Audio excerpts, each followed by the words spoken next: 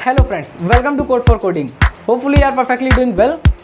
And पिछले lecture में हमने काफ़ी कुछ चीज़ें रिलेट की थी। हमने इंट्रोडक्शन ऑफ सी लैंग्वेज देखा था कि किस तरीके से कौन सी चीज़ें वर्क कर रही हैं। तो आज भी हम कुछ नया देखने वाले हैं, कुछ नया in the sense first C program. अच्छा, फर्स्ट सी प्रोग्राम एकदम से कहाँ से आ गया? मतलब हम तो इंट्रो वाला पार्ट देख रहे थे, हम धीरे धीरे उठ रहे थे। आपने तो एक बार में ही सीधा हायर लेवल पे ले आया। नहीं, ये हायर लेवल नहीं है, ये भी मतलब ठीक है, एक दो लेक्चर के बाद ये चीज़ें आती हैं। पर हम क्या होते हैं, हमेशा इन चीज़ों को थोड़ा पहले पढ़ाते हैं, क्योंकि हम जैसे ही थ्योरी वगैरह पढ़ाएंगे ना तो आप कंफ्यूज हो जाओगे बहुत। मतलब कुछ चीज़ों को भी केवल थ्योरी पढ़ा रहे हैं, इसे ये करते हैं, इसे ये करते हैं। उससे ज़्यादा दिन क्या है कि हम इन चीज़ों को इम्प्लीमेंट करें और देखें हाउ टू वर्क, ये चीज़ें वर्क कैसे कर रही हैं। ठीक है, तो अपने टाइम को वेस्ट ना करते हुए चलिए शुरू करते हैं फर्स्ट सी प्रोग्राम। अब फर्स्ट सी प्रोग्राम क्या है? मतलब हमें अपना आज पहला प्रोग्राम लिखना है। किस तरीके से लिखेंगे? ये तुम्हें जो दिख रहा है ये सी लैंग्वेज का सिंटैक्स है ये। ठीक है, hashtag include int main code here, इस तरीके से। अब हो सकता है मे बी तुम लोगों को ना समझ आए कि ये एकदम से क्या ही लिख दिया। मतलब हमें तो ना ही समझ में आ रहा है ये हैशटैग क्या लिखा हुआ है, इंट मेन क्या लिखा हुआ है और रिटर्न 0। मतलब ये ऐसे समझ लो एक डिज़ाइन टाइप की जो कुछ भी बना हुआ है, इसे आप सेव कर लो अपने माइंड में कि अगर हमें सी लैंग्वेज का कोई भी प्रोग्राम लिखना है तो वो ऐसे ही लिखेंगे, इसी डिज़ाइन में फिट करके लिखेंगे, ये जिस तरीके से बने। बाकी यहाँ पे कुछ वर्ड्स आ जाएंगे, यहाँ पे कोड लिख देंगे, बाकी ये ऐसे ही रहेगा। एमआरएल मतलब मुझे रट लो स्टार्टिंग के लिए। हालांकि डिस्कस करेंगे ये एक एक वर्ड, एक एक चीज़ का हम डिस्कशन करेंगे लेटर वीडियोज़ में। एक दो वीडियो के बाद में हम सारी चीज़ों को डिस्कस कर रहे होंगे। पर अभी क्या कर लो, इसे सेव कर लो। चलो ठीक है, करते हैं प्रिंट हेलो वर्ड। हमारा पहला क्वेश्चन है, हमें हेलो वर्ड को प्रिंट करना है। प्रिंट इन द डिस्प्ले पे हमें दिखाना है कि हेलो वर्ड, तो उसे हम किस तरीके से प्रोग्राम लिखेंगे? तो ये देखो, प्रिंट का मतलब होता है, एक यूज़ होती है, एक फंक्शन होता है प्रिंटफ फंक्शन का मतलब जो काम होता है किस तरीके से होता है, कोई चीज़ को डिस्प्ले कराना होता है, किसी भी चीज़ को, किसी वर्ड को, वेरिएबल को, स्ट्रिंग को, कुछ भी। प्रिंटफ के अंदर डबल कोट्स के अंदर पहले हम पैरेंथेसिस लगाते हैं, फिर डबल कोट्स लगाते हैं, फिर इसके अंदर कुछ भी लिख देते हैं, वो एज इट इज़ क्या हो जाती है, तुम्हारी डिस्प्ले हो जाती है। यहाँ पे लिखा हमने हैशटैग इंक्लूड stdioh क्या हो गया? देखो इस चीज़ को हम क्या बोलते हैं, ये पूरी चीज़ को हम बोलते हैं हेडर फाइल। क्या बोलते हैं? हेडर फाइल लगाते हैं। ठीक है, हेडर फाइल stdioh, ठीक है, ये हेडर फाइल होती है। ये फंक्शन वेरी करती है, हम किस तरीके का यहाँ पे फंक्शन यूज़ कर रहे हैं उसके अकॉर्डिंग हमें यहाँ पे हेडर फाइल भी लगानी होती है। ये stdioh जो होता है, इसकी फुल फॉर्म होती है स्टैंडर्ड इनपुट आउटपुट। यहाँ पे क्या होता है, हम इसके अंदर इनपुट और आउटपुट वाले जितने भी फंक्शन अगर हम यूज़ कर रहे हैं अपने प्रोग्राम में, तो हम क्या करते हैं, stdioh का यूज़ करते हैं। जैसे हमने printf का यूज़ किया, ये क्या है, एक आउटपुट वाला है। देखो printf आउटपुट दे रहा है, तो ये आउटपुट वाला मतलब फंक्शन हो गया, इसीलिए हमने stdioh का यूज़ किया। ये होती है स्टैंडर्ड लाइब्रेरी फाइल होती है। इसमें क्या होते हैं, जैसे stdioh की हो गई, इसमें printf, scanf सारे फंक्शन होंगे, जो कुछ भी होंगे इससे रिलेट करते होंगे। तो अगर हमें इनमें से कोई भी फंक्शन की नीड है तो उसके लिए मस्ट है कि यहाँ पे हेडर फाइल लगाना। अगर हेडर फाइल नहीं लगाएंगे हमारा प्रोग्राम गलत हो जाएगा, एरर दे देगा। अच्छा, तो हेडर फाइल मस्ट है, ये तो लिख दिया। फिर लिखा हमने इंट मेन, फिर printf के अंदर लिखा हेलो वर्ड, ठीक है, और ये डबल कोट्स के अंदर ये सेमी कॉलन का मतलब होता है कि उस इंस्ट्रक्शन को वहीं पे वो जो है कंप्लीट हो जाना। जैसे हम पैराग्राफ वगैरह हम सेंटेंसेस लिखते हैं तो लास्ट में फुल स्टॉप लगाते हैं, जिसका मतलब पता हो जाता है कि अच्छा ये सेंटेंस यहीं पे कंप्लीट हो गया। ऐसे ही हम सेमीकॉलन लगाते हैं कि उस इंस्ट्रक्शन का मतलब जो लाइन में लिखा हुआ उसका मतलब यहीं पे कंप्लीट हो गया, उसका आगे कोई मीन रिलेशन नहीं है, मतलब कोई आगे नहीं है, तो इसका मतलब होता है फुल स्टॉप की तरह। ठीक है, रिटर्न 0 का मतलब क्या होगा? अब ये देखो लिखा हुआ है int main in the sense यहाँ पे लिखा हुआ है, ये होता है इंट फॉर होता है इंटीजर। मेन के आगे जो कुछ भी लिखा होता है इसका मतलब होता है ये फंक्शन हमें रिटर्न क्या करेगा।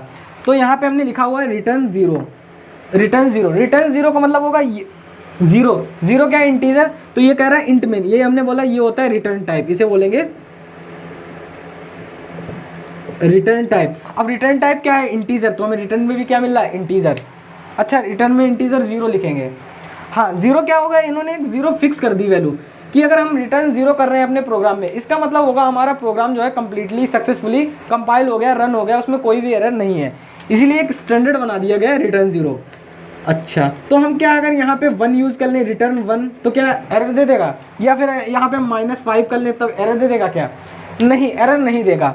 वो भी इंटीजर है, अगर तुम 1 लिखोगे, -1 लिखोगे, 5 लिखोगे, तुम रिटर्न में कोई भी इंटीजर लिखते हो तो एरर तो नहीं देगा। लेकिन हाँ, ऑपरेटिंग सिस्टम जो होगा तुम्हारा वो कुछ ना कुछ टास्क परफॉर्म करेगा इंटरनली। हो सकता है मे बी तुम्हें ना पता चले, आउटपुट में इस तरीके से तुम्हारा प्रिंट तो हो जाएगा हेलो वर्ड, पर क्या होगा, इंटरनली कुछ टास्क परफॉर्म करेगा कि उसे अभी एग्जैक्टली ऑपरेटिंग सिस्टम को नहीं पता होगा कि ये प्रोग्राम कंप्लीटली सक्सेसफुली कंपाइल हो चुका है या नहीं। अगर 0 लगा दिया तो इसका मतलब हो जाएगा हाँ प्रोग्राम तो सक्सेसफुली जो है कंपाइल हो गया है, रन भी हो जाएगा, ठीक है। तो यहाँ पे या फिर बिल्कुल रिटर्न 0, ठीक है। अभी बताएंगे ये रिटर्न 0 भी नहीं लगाते हैं तो फिर क्या होता है। पहले तो ये समझ लो कि हमने बताया रिटर्न 0 का मतलब हो जाएगा, यहाँ रिटर्न टाइप लिखा होगा, रिटर्न 0 का मतलब होता है प्रोग्राम हमारा कंप्लीटली सक्सेसफुली कंपाइल हो चुका है, कोई एरर नहीं है। हम 1 भी यूज़ कर सकते हैं, 5 भी यूज़ कर सकते हैं, कुछ भी, लेकिन उसका मतलब होता है कंप्लीटली सक्सेसफुली प्रोग्राम का रन ना होना। डिस्प्ले हो जाएगा वो अलग बात है, लेकिन हमारा जो ऑपरेटिंग सिस्टम है हो सकता है कुछ और टास्क परफॉर्म करे, वो सोचे रिटर्न वन और कुछ सोच रहा हो या कोई टास्क परफॉर्म कर रहा हो वो हमें दिख ना रहा हो, लेकिन हेलो वर्ड तो प्रिंट हो जाएगा। लेकिन अगर 0 लगा दिया है तो 0 का फिक्स हो जाएगा, जो तुम्हारा ऑपरेटिंग सिस्टम है वो कहेगा ओहो अच्छा कंप्लीट हो गया मतलब प्रोग्राम। तो यहाँ पे 0 लगा दिया, इसका मतलब हो जाएगा कि हमारा प्रोग्राम सक्सेसफुली जो है कंपाइल हो गया है, ये रिटर्न 0। अब यहाँ पे क्या होगा, ये जो पैरेंथेसिस लगे हैं ना ये, अब ये मेन क्या है, यहाँ पे मेन है फंक्शन, और प्रिंटफ भी क्या है यहाँ पे फंक्शन। तो जिन वर्ड के आगे हम पैरेंथेसिस लगा देखते हैं ना उन्हें हम बोल देंगे फंक्शन। तो क्या ये डेफिनेशन होती है कि जिन वर्ड के आगे पैरेंथेसिस लगे देखेंगे इस तरीके से हम उन्हें फंक्शन बोल देंगे? नहीं, ये इस तरह अभी थोड़ा समझने के लिए हम ऐसा बोल सकते हैं कि पैरेंथेसिस लगे हैं तो फंक्शन बोल देंगे, ऐसे समझने के लिए, ताकि तुम रिलेट कर सको थोड़ा। तो यहाँ पे ये क्या हो गया, देखो फंक्शन हो गया, प्रिंटफ है ये भी पैरेंथेसिस लगा ये भी फंक्शन हो गया, रिटर्न 0 तो फंक्शन नहीं होगा। अब क्या करेंगे, यहाँ पे जैसे ही हम इसे कंपाइल रन करेंगे, देखो कंपाइलर हम कौन कौन से यूज़ कर सकते हैं। वैसे तो बहुत सारे कंपाइलर हैं, पर जो मॉडर्न कंपाइलर है, कुछ VS कोड हो गया, विजुअल स्टूडियो कोड हो गया, कोड ब्लॉक्स हो गया, ऑनलाइन सी कंपाइलर हो गया, इन पे तुम लोग जो है कोडिंग कर सकते हो, ठीक है। तो स्टार्ट करते हैं। अब हम क्या करते हैं, इस प्रोग्राम को हम अपने कंपाइलर में लिखेंगे और यहाँ पे जो ऊपर बटन दे रखा होगा उसे हम क्लिक करेंगे, ठीक है। यहाँ पे अपने माउस को ले जाके उस पर क्लिक करेंगे तो ये हो जाएगा कंपाइल एंड रन, ये प्रोग्राम कंपाइल हो जाएगा, रन और आउटपुट में दे देगा हेलो वर्ड, इस तरीके से। अच्छा, तो ये वर्क कैसे किस तरीके से करता है उसे हम बताएंगे। इसे देखो, ये थोड़ा रेस कर देते हैं फिर देखते हैं ये वर्क किस तरीके से रन कैसे हो रहा है ये, ठीक है। ये इस तरीके से वर्क हो रहा है, जैसे मान लो ये जैसे ही हमारा हम कंपाइल रन करते हैं, ऑपरेटिंग सिस्टम जो होता है हमारा वो सीधे क्या देखता है, मेन फंक्शन को देखेगा। हमारा किसे देखता है, मेन फंक्शन को देखता है कि मेन फंक्शन कहाँ है। वो पूरे प्रोग्राम में जाएगा, ऊपर से नीचे देखेगा मेन फंक्शन, ओह मेन फंक्शन जहाँ से मिला है वहीं से मान लो ये फंक्शन आया और मेन फंक्शन यहाँ मिला, तो इसके नीचे प्रोग्राम एग्जीक्यूट करना स्टार्ट कर देगा। सबसे पहले ऑपरेटिंग सिस्टम हमारा जो है मेन फंक्शन को देखता है, उसके नीचे के एक 1 बाय 1 इंस्ट्रक्शन को क्या करता है, एग्जीक्यूट करता चला जाता है इस तरीके से। तो यहाँ पे मेन इसे ये जो है हमारा टर्मिनल आएगा, माउस इसे इनकाउंटर करेगा ऑपरेटिंग सिस्टम, और फिर यहाँ पे आएगा प्रिंटफ देखेगा, अच्छा प्रिंटफ लगा हुआ है, फिर देखेगा इसके लिए हेडर फाइल लगी है, हाँ हेडर फाइल भी लगी है, हेलो वर्ड लिखा है, सारी चीज़ें सही है तो सही है बिल्कुल। अगर मान लो इस चीज़ को हमने हटा दिया, मान लो ये चीज़ लगाना भूल गए, तो यहाँ पे लिख के आ जाएगा ये हेलो वर्ड ना प्रिंट होके, यहाँ पे लिख के आ जाएगा एरर, यहाँ पे एरर। अगर मान लो यही चीज़ हमने लगा दी तो तुरंत हमारा लिख के आ जाएगा, तुम्हारा यहाँ पे प्रिंट हो जाएगा हेलो और वर्ड, इस तरीके से। तो एक एक इंस्ट्रक्शन को हमने किस तरीके से लिखा है वो चीज़ें हमें सारी लिखनी पड़ती हैं, वरना हमारा प्रोग्राम क्या होगा, एरर दे देगा। तो ये तो है, देखते हैं एक अगला नेक्स्ट प्रोग्राम। हाँ, अब ये 2 प्रोग्राम देखिए आप, जैसे ये हैशटैग इंक्लूड सेम प्रोग्राम है, यहाँ पे क्या है प्रिंटफ हेलो वर्ड लिख दिया, यहाँ पे क्या किया प्रिंटफ लिख दिया, फिर सेकेंड लाइन में प्रिंटफ लिख दिया।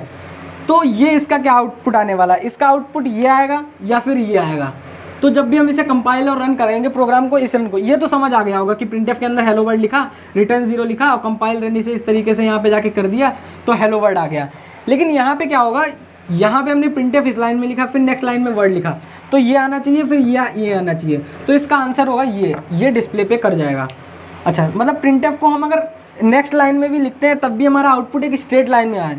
तो अगर हमें इस तरीके से प्रिंट करना है हेलो वर्ड, तब हम क्या यूज़ करेंगे, तो हम किस तरीके से लिखेंगे, तो हम नेक्स्ट प्रोग्राम देखते हैं वो किस तरीके से हम लिखते हैं। अब यहाँ से जो शानदार एंट्री होती है एक न्यू कैरेक्टर की \n। अब इसका क्या यूज़ है, हमने बताया कि अगर कोई मैं नाम को एक मान लो हेलो वर्ड लिखा है तो इसे हेलो एक लाइन में होना चाहिए और वर्ड दूसरी लाइन में प्रिंट कराना है, तो हम \n का यूज़ करते हैं।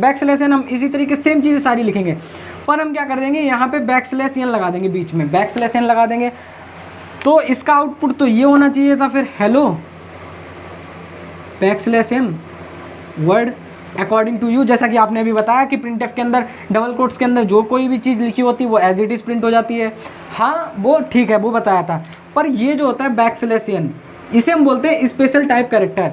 इसके कुछ मीन होते हैं जो फिक्स होते हैं, जिनके मतलब पता होता है कि इसका जो काम होगा वो एक कर्सर को एक लाइन नीचे ले जाना होगा। मतलब अगर तुम्हारा कोई चीज़ इस तरीके से प्रिंट हो रही होगी तो वो एज इट इज़ एक कर्सर एक लाइन नीचे हो जाएगा, बाकी फिर से चीज़ें प्रिंट होने लगेंगी। जैसे हेलो और बैकस्लैश वर्ड लगाया इस तरीके से, अब क्या होगा, हेलो आएगा तो हेलो पहली बार में प्रिंट हो जाएगा, और जैसे बैकस्लैश लगेगा तो कर्सर एक लाइन नीचे जाएगा, फिर वर्ड प्रिंट कर देगा। अभी नहीं समझ आ रहा, फिर से देखते हैं।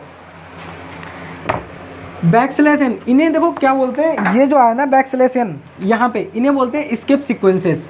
क्या बोलते हैं, इन्हें बोलते हैं स्किप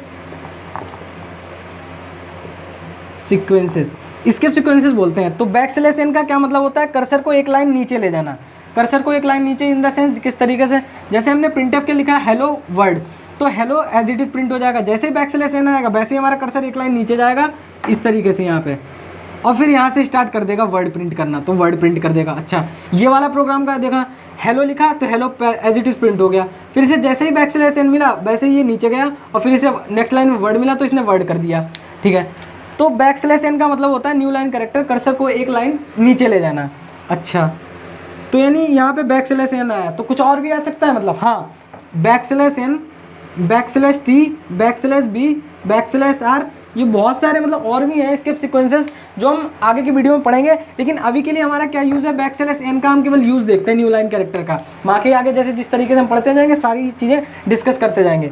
तो यहाँ पे आपको समझ आ गया होगा कि एग्जैक्ट कि हमें अगर कोई नेक्स्ट लाइन में कोई भी चीज़ प्रिंट करनी है तो किस तरीके से। अब मान लो इसी एग्जाम्पल को देखते हैं, यहाँ पे जैसे वो तो ऊपर हेडर फाइल्स वगैरह जो कोई भी लिखते हैं वो लिख देंगे जिस तरीके से, यहाँ पे हेडर फाइल्स, और प्रिंटफ के अंदर हमने लिखा इस तरीके से, हमने लिखा स्टे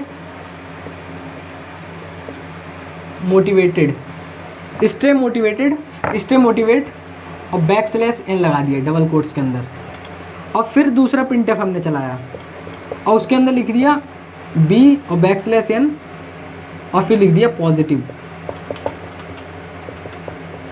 तो इसका क्या आउटपुट होना चाहिए, मतलब यहाँ पे हेडर फाइल्स वगैरह रिटर्न जीरो वो तो सब हो गए, हम एग्जैक्ट ये लाइन का मतलब बता रहे हैं। तो इसका आउटपुट होगा स्टे मोटिवेट, स्टे मोटिवेट, और बैकस्लैश एन जैसे लगेगा कर्सर एक लाइन नीचे जाएगा और फिर प्रिंट करेगा बी, और फिर जैसे ही बी आएगा फिर कर्सर आएगा तो एक लाइन और नीचे जाएगा जैसे बैकस्लैश एन को देखागा, फिर यहाँ पे लिखेगा पॉजिटिव। तो ये जो हमारा आउटपुट आ जाएगा इस तरीके से आएगा, स्टे मोटिवेट बी पॉजिटिव। तो तुम लोगों को क्या होगा, बैकस्लैश एन का मतलब समझ आ रहा होगा कि बैकस्लैश एन ओवरऑल वर्क कैसे कर रहा है। ठीक है, तो एक इलस्ट्रेशन और देखते हैं अच्छा वाला, जिस तरीके से हमें बैकस्लैश एन बिल्कुल क्लियर हो जाएगा कि किस तरीके से काम कर रहा है। ठीक है, तो देखते हैं नेक्स्ट प्रोग्राम। तो ये जो है हमारा नेक्स्ट प्रोग्राम है, इस तरीके से हम देखेंगे कि हैशटैग इंक्लूड एचटीडी। अब मान लो ये मुझे डिज़ाइन प्रिंट करनी है, तो डिज़ाइन किस तरीके से ये प्रिंट होगी, ये देखो इस तरीके। तो हमने क्या किया, एक स्टार लगाया, वैसे बैकस्लैश एन, बैकस्लैश जैसे ही नीचे आएगा वैसे 2 स्टार प्रिंट करेगा, फिर 2 स्टार प्रिंट करने के बाद फिर बैकस्लैश एन नीचे आएगा, फिर 3 स्टार प्रिंट कर देगा, फिर बैकस्लैश एन जैसे इनकाउंटर करेगा फिर ये 4 स्टार प्रिंट कर देगा। तो ये जो पिरामिड टाइप की डिज़ाइन है ये हमारी बन जाएगी। तो ओवरऑल ये फर्स्ट सी प्रोग्राम क्या, आप तो सेकेंड थर्ड फोर्थ जो कुछ भी प्रोग्राम होगा समझ लो। तो ये क्या थे हमारे, किस तरीके से हमने बैकस्लैश एन का यूज़ किया, किस तरीके से प्रिंटफ कैसे वर्क किया, तो ये चीज़ें देखी। अब थोड़ा मतलब रिलेट करते हैं, अब बताते हैं। देखो अगर ये चीज़ पहले बताए तो समझ में आती, how to compiler work, compiler work कैसे करता है। अब इस हाँ, तो इसमें हम देखेंगे कि कंपाइलर वर्क कैसे करता है। जैसे हमने पिछले प्रीवियस उसमें प्रोग्राम में देखा एक पिरामिड वगैरह बनाया था, अब हम इसमें देखते हैं कंपाइलर किस तरीके से वर्क करता है। अब इसमें से देखो जो भी हम लिखते हैं ना उसे बोलते हैं सोर्स फाइल, जो भी हम कोड तैयार करते हैं ना उसे हम बोलते हैं सोर्स फाइल। जैसे वो भी सोर्स फाइल, जैसे इसका नाम रख देते हैं ab.c, इस फाइल का नाम, जैसे .mp3, .mp4, .txt, ये हमारी कुछ फाइल्स के एक्सटेंशन होते हैं ना, ऐसे ही हमने भी इसका एक्सटेंशन ab.c से फाइल सेव कर देते हैं और ये हो जाती है हमारी सोर्स फाइल। इसे हम बोलते हैं सोर्स कोड कई बार। तो जब भी सोर्स फाइल या सोर्स कोड बोला जाए तो हमें बोल दिया जाएगा जो हम लोग अपना प्रोग्राम तैयार करते हैं ना उसे ही बोलते हैं। ठीक है, वो हम इस तरीके से लिखते हैं, वो हम डालते हैं कंपाइलर में, रन और कंपाइल करने के लिए क्लिक करते हैं ना बटन, तो यहाँ पे जाता है कंपाइलर। कंपाइलर में भी ये 2 प्रोसेसेस होते हैं, वैसे तो बहुत सारे प्रोसेस होते हैं लेकिन यहाँ पे क्या होते हैं, कंपाइलर में प्री प्रोसेसिंग होता है, प्री प्रोसेसिंग, और दूसरा होता है कंपाइलेशन। अब इसके कई फेजेस भी होते हैं, कंपाइलर किस तरीके से क्या काम करता है, लेकिन अभी नॉर्मली समझ लो इस तरीके से होता है। प्री प्रोसेसिंग होता है, कंपाइलेशन होता है। ये सोर्स फाइल कंपाइलर से निकल के ऑब्जेक्ट फाइल में जाती है तुम्हारा, और जो हमारा जो कोड लिख रखा होता है नॉर्मल लैंग्वेज में, जो प्रोग्रामिंग लैंग्वेज में, उसे वो बाइनरी लैंग्वेज में बदल देता है 010110 इस तरीके से। अब यहाँ से क्या होता है, ये लिंकर इसे मिलता है, लिंकर जैसे मिलता है फिर उसे एक और यहाँ पे फाइल्स मिलती हैं, स्टैंडर्ड लाइब्रेरी फाइल, जैसे stdio ऊपर हम डिफाइन करते थे stdio.h प्रोग्राम में, ठीक है, वो यहाँ पे मिलती हैं। फिर वो देखती है प्रोग्राम में अच्छा प्रिंटफ फंक्शन यूज हुआ है, वो चेक करती है इस तरीके से, तो फिर वो उसके साथ क्या हो जाती है, लिंक हो जाती हैं। पहली जो ये वाली फाइल्स आ रही है ना, इसके साथ जो हमारी हेडर फाइल्स होती हैं ये भी हमारी लिंक होकर, लिंकर क्या होता है exe फाइल बना देता है, यानी एग्जीक्यूटेबल फाइल बना देता है। तो इस तरीके से हमारा जो है कंपाइलर पूरी की तरीके से काम करता है। तो आज हमने डिस्कस किया कि किस तरीके से हमारा प्रिंटफ फंक्शन काम करता है, किस तरीके से हमारा प्रोग्राम एग्जीक्यूट होता है, कौन कौन से कंपाइलर यूज़ करने चाहिए, रिटर्न 0 ही क्यों लेते हैं, 1 2 क्यों नहीं लेते हैं इस तरीके से, और फिर कंपाइलर किस तरीके से वर्क कर रहा है। तो ये सारी चीज़ें आज डिस्कस की। हम नेक्स्ट लेक्चर में जो पढ़ेंगे टोकन्स इन सी पढ़ेंगे, जिस तरीके से हमने बताया था कि किसी भी लैंग्वेज को सीखने के लिए सबसे पहले वर्ड सीखते हैं, अल्फ़ाबेट या डिजिट सीखते हैं, फिर उसके बाद वर्ड सीखते हैं, फिर उसके बाद सेंटेंसेस पे आते हैं, फिर पैराग्राफ पे आते हैं। ऐसे ही सी लैंग्वेज में भी आता है, कुछ सिम्बल्स सीखते हैं, उसके बाद टोकन सीखते हैं, व्हाट इज़ एग्जैक्टली टोकन्स, उसके बाद फिर हम इंस्ट्रक्शन स्टेटमेंट पढ़ते हैं, फिर पूरा प्रोग्राम एग्जीक्यूट करते हैं। जैसे फॉर एग्जांपल किसी पैराग्राफ की स्मॉलेस्ट यूनिट क्या होती है, वर्ड्स होती है, वर्ड्स जो हम लिखते हैं। ऐसे ही किसी प्रोग्राम की जो स्मॉलेस्ट यूनिट होती है उसे बोलते हैं टोकन्स, ठीक है। जैसे पूरा पैराग्राफ लिखा हुआ है, दिस इज़ राम वगैरह वगैरह ये चीज़ें लिखी हुई हैं, तो उसमें दिस हो गया, इज़ हो गया, इसे हम बोलेंगे टोकन्स। ऐसे ही प्रोग्राम में भी छोटी छोटी जो स्मॉलेस्ट यूनिट है, जिनका एक मीनिंगफुल जो यूज़फुल मीनिंग निकलता हो, उन्हें हम बोलते हैं टोकन्स। तो नेक्स्ट लेक्चर में हम टोकन्स के बारे में डिस्कस करेंगे और भी थोड़े इलस्ट्रेशन लेंगे, थोड़े प्रोग्राम एग्जीक्यूट कराएंगे। तब तक के लिए thank you, have a nice time.